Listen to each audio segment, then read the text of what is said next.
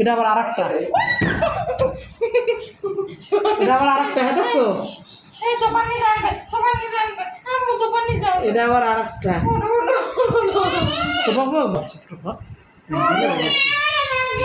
মুরগি, দেশি মুরগি রান্না করছি।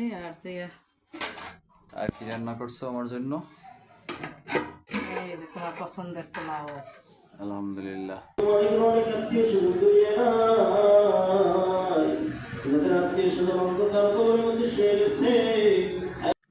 বাসায় আম ছিল, তাই আমরা সবাই মিলে আম খাচ্ছি। আসসালামু আলাইকুম। গত পর্বে দেখাইছি ইঁদুরের যন্ত্রণায় আমরা সবাই অতিষ্ঠ। আমার বড় মেয়ে ভয় পাচ্ছে, সে তার বেডরুমে ঘুমাতে পারতেছে না। তার দরজার ফাঁকা দিয়ে ইঁদুর ঢুকে গেছে ঘরের ভিতরে। সে দেখে ভয় পাইছে, সে তেলাপোকা দেখলেও ভয় পায়। ইঁদুর আতঙ্কে ঘর উলট পালট করলাম। ভিডিওটি না টেনে দেখতে থাকুন। এখানে আমরা 3 রুমের একটা ফ্ল্যাটে থাকি। এইটা সামনের রুম। এই খাটে আমার বড় মেয়ে ঘুমায়। আপনাদেরকে দেখাচ্ছি, এই যে মাঝখানে হচ্ছে ডাইনিং রুম এবং এটা হচ্ছে আমাদের মাস্টার বেডরুম। আমার বড় মেয়ের বয়স 12 বছর, আলাদা ঘুমায়। সমস্যা হলো একটা তেলাপোকা বা পিঁপড়া দেখলে ও ভয় পায়, কিন্তু ও দেখছে ইঁদুরটা ওর ঘরের দরজার ফাঁকা দিয়ে ভিতরে ঢুকে গেছে। এখন আর ওখানে সে ঘুমাবে না, প্রতিদিন কান্না করে। আর আমাদের সাথেও ঘুমাতে দেই না, এক খাটে 4 জন শোয়া যায় না। এজন্য আজকে অফিস বন্ধ দিয়ে বড় মেয়ের শোবার খাটটা ডাইনিং রুমে নিয়ে আসব, আর ডাইনিংটা সামনের রুমে নিয়ে যাব। এবং আমার স্ত্রী আমার সাথে সহযোগিতা করছে, বিশেষ করে সিরাত কোনো কিছু পারুক আর না পারুক, সে বাবার সাথে সবসময় সব কাজ করার জন্য আগ্রহ দেখাচ্ছে। দেখেন আমি যেভাবে ধরতেছি সেও সেভাবে ধরতেছে। তাকে যদি কিছু বলি তাহলে কান্নাকাটি শুরু করে দিবে। মনে হচ্ছে ও একাই সব চেঞ্জ করে ফেলবে। যাই হোক, শোকেসটা এখান থেকে সরিয়ে আমরা ওই পাশের হলে নিয়ে যাব। সঙ্গেই থাকুন, দেখতে থাকুন। বাসায় আছি তাই চিন্তা করলাম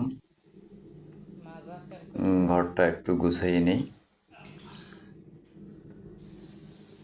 একা একাই গুছাচ্ছি,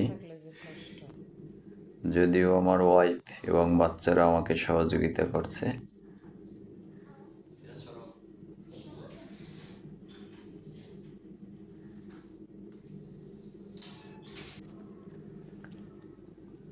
শোকেসটা এই পাশের হলে নিয়ে আসলাম।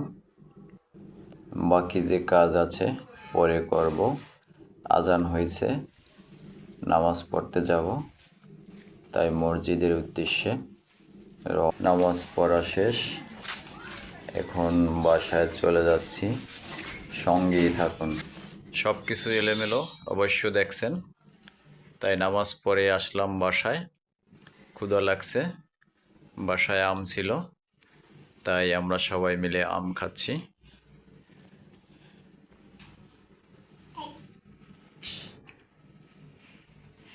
বিসমিল্লাহির রহমানির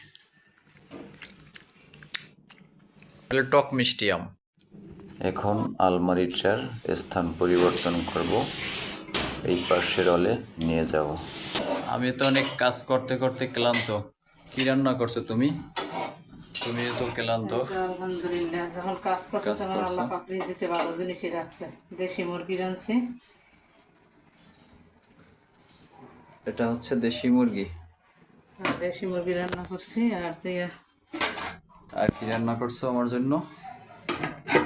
এই যে তোমার পছন্দের পোলাও। আলহামদুলিল্লাহ। আমার এবং আমার মেয়েদের পছন্দ পোলাও। এই যে পোলাও রান্না করছি, দেশি মুরগির গোশ রান্না করছে, পরিশ্রম করে ঘরে কাজ করছে। আর হচ্ছে আপনার পোলাও রান্না করছে। আসলে শরীরটা অনেক ক্লান্ত, দেখছেন সকাল থেকে এলোমেলো সব কিছু। একটু দেরি হয়ে গেছে, কারণ আমি তো তোমার সাথে সাথে ওগুলো ধরছি, হ্যাঁ হ্যাঁ দেখছি তো। এই জন্য দেরি হয়ে গেছে। যাই একটু হোক, আমরা করার কিছু নাই, এখন খাওয়া দাওয়া করে বাকি কাজ সম্পন্ন করবো। করার কিছু নাই। খাটটা খুলে ঘরের মেঝেতে আনতে হবে।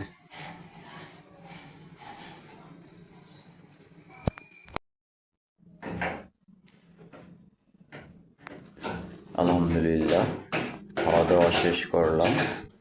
শোকেস আলমারি সরানো শেষ, ডাইনিংটা সরানো শেষ। এখন শুধু খাটটা খুলে তো সারাদিনই পার করে এখানে দিলাম, খাটটা ফিটিং করব।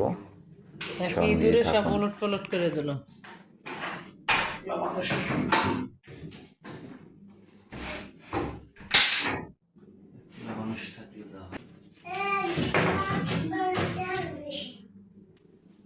হয়ে গেছে।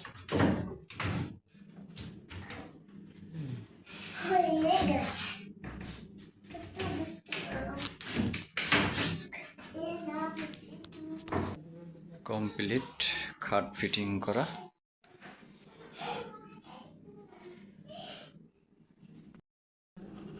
সব কিছু গুছানো শেষ।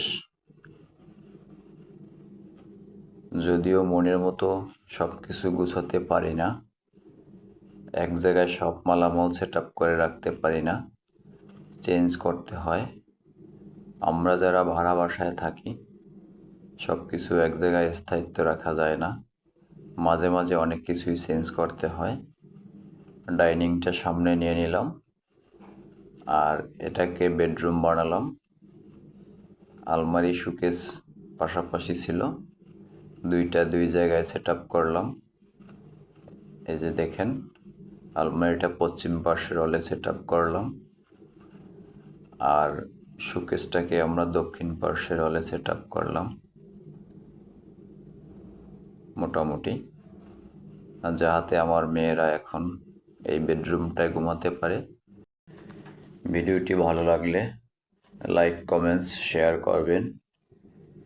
পরবর্তী ভিডিও পাওয়ার জন্য চ্যানেলটি সাবস্ক্রাইব করে দিবেন। আমাদের সিরাত খুব ভালো মেয়ে, ও সবসময় আমাদেরকে আনন্দ দিয়ে রাখে। দেখেন কিভাবে দুষ্টামি করছে।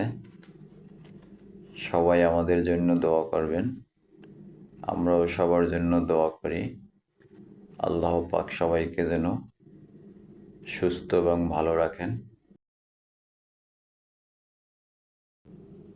সকলের সাপোর্ট এবং ভালোবাসা চাই, সবাই একটু সাপোর্ট করেন। আজকের মতো এখানেই বিদায় নিচ্ছি, দেখা হবে পরবর্তী ভিডিওতে। আল্লাহ হাফেজ।